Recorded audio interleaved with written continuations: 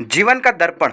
एक दिन जब ऑफिस के सभी कर्मचारी ऑफिस पहुंचे तो उन्हें दरवाजे पर एक पर्ची चिपकी हुई मिली। उस पर लिखा था, कल उस इंसान की मौत हो गई जो इस कंपनी में आपकी प्रगति में बाधक था। उसे श्रद्धांजलि देने के लिए सेमिनार हॉल में एक सभा आयोजित की गई है। ठीक 11 बजे श्रद्धांजलि सभा में सबका उपस्थित होना अपेक्षित है। अपने एक सहकर्मी की मौत की खबर पढ़कर पहले तो सभी दुखी हुए, लेकिन कुछ देर बाद उन सब में यह जिज्ञासा उत्पन्न होने लगी कि आखिर वह कौन था जो उनकी और कंपनी की प्रगति में बाधक था। 11 बजे सेमिनार हॉल में कर्मचारियों का आना प्रारंभ हो गया। धीरे धीरे वहां इतनी भीड़ जमा हो गई कि उसे नियंत्रित करने के लिए सिक्योरिटी गार्ड की व्यवस्था भी करनी पड़ी। लोगों का आना लगातार जारी था।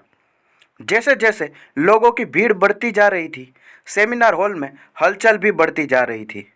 सबके दिमाग में बस यही चल रहा था, आखिर वो कौन था जो कंपनी में मेरी प्रगति पर लगाम लगाने पर तुला हुआ था।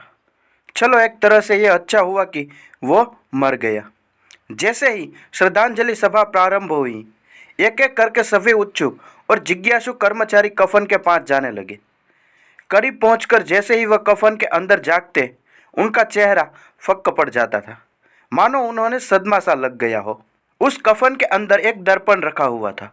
जो भी उसमें झांक कर देखता, उसमें उसने अपने ही अक्स नजर आता। उस दर्पण पर एक पर्ची भी चिपकी हुई थी, जिस पर कुछ ऐसा लिखा था जो सबकी आत्मा को झकझोर कर रहा था। केवल एक ही इंसान आपकी प्रगति में बाधक है, और वो खुद आप है।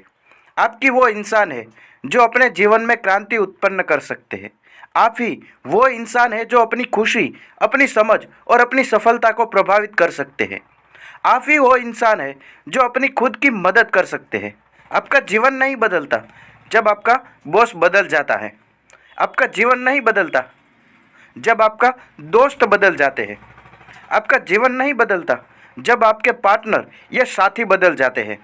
आपका जीवन तब बदलता है जब आप खुद बदल जाते हैं, जब आप अपने खुद के विश्वास की सीमा को लांघकर उसके पार जाते हैं, जब आप ये समझ जाते हैं कि आप और सिर्फ आप अपने जीवन के लिए जिम्मेदार हैं, तब आपका जीवन बदल जाता है।